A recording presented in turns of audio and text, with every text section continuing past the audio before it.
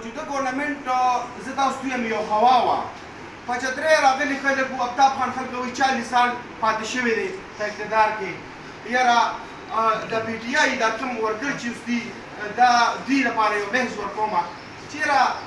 ته په 15 کاله کې دلته کې ستا د شبقدر امینے په زموږ ملګري شبقدر ناست دي هغه ناست دي ما ته په یو ناستو په کسانو کې مړه د بغیر د سیاست د یو خبرو کې او زه دوی له دا تپوس کوم چېرې ما ته یو هینډ پمپ وښایي چې هغې له رنګ د قومي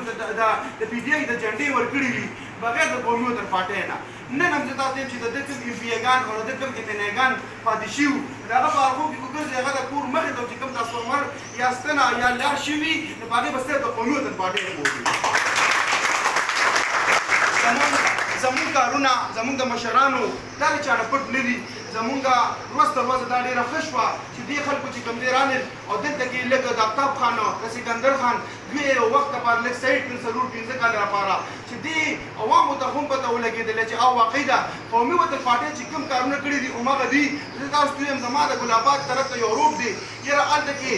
هر قسمه عهدهدار شته هلته بي آی راځي هلته امینے راځي یاره 1 کیلومیټر کې پروت دی خو هغه روډ چې دی هغه آفتاب خان کړی دی د هغې نه پس چا نه دی کړی خو دلته کې زه ګریس سټیشن وګورم دا ما ته آفتاب خان کړی دی خو سرخوا کې زه هاسپیټل وګورم دا ما ته آفتاب خان کړی دی خو زه ورته سویګیس وګورم خو زه ورته دلته بجلي وګورم خو زه ورته په تنګي تحصیل باندې 100,000 نوکرۍ یادې کړم خو زه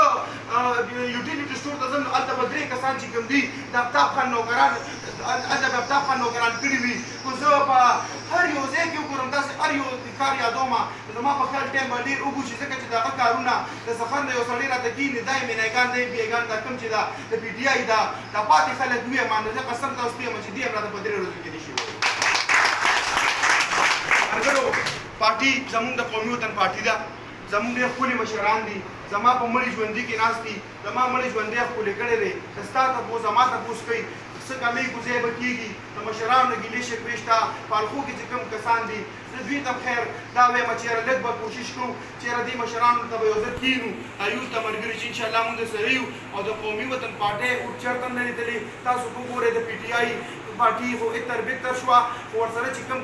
کم کسان ناست دي نو په پارټۍ کې 4 کسان ناست دي نو 4 مخالفتې دي پر جمعیت وګورئ په داسې د هر یو پارټي وګورئ یو صرف او صرف د قومي وطن پارټۍ ورکړ زه اوس هم منم بیا منم بیا به منم چې کله هم د مخالفت نه یې کړې او اوټه مو مه کړې مونږ له الټه نور خلک راغلي دي او زیات خلک راغلي دي نو دا ځل انشاءالله بلکل مایوسه کېږو به نه او روان وخت انشاءالله د قومي وطن پارټۍ